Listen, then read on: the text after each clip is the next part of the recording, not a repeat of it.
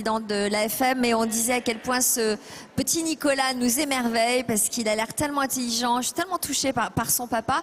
Et alors Nicolas, il souffre d'une maladie qui s'appelle la myopathie de Duchenne. C'est une maladie extrêmement invalidante que Laurence connaît hélas trop bien.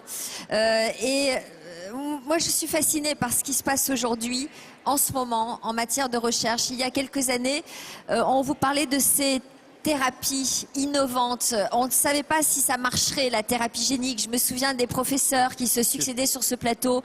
On espérait, mais on doutait. Eh bien, aujourd'hui, Laurence, vous allez nous annoncer des choses incroyables, justement en ce qui concerne cette maladie de la myopathie de Duchenne.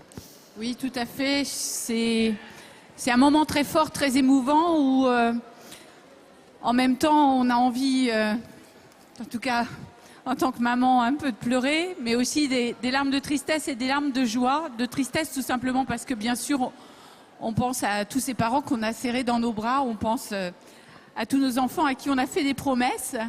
Et puis ces promesses-là, vous nous avez aidés à les tenir.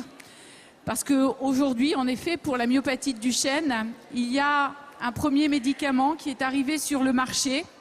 Un premier médicament pour lequel vous avez été initiateur parce que vous nous avez donné les moyens d'impulser la recherche pour le développement de ce médicament.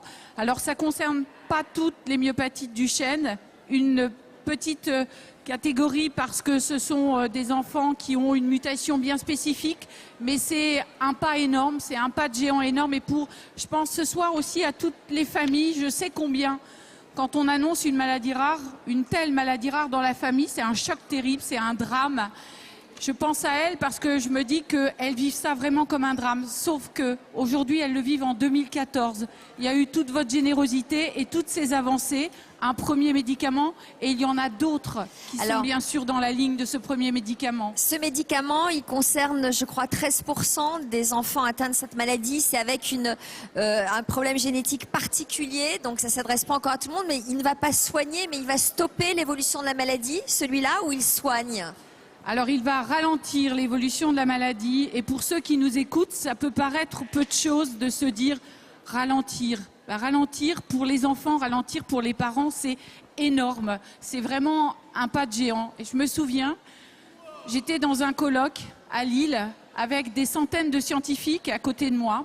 Lorsque ce premier médicament, les scientifiques en ont parlé.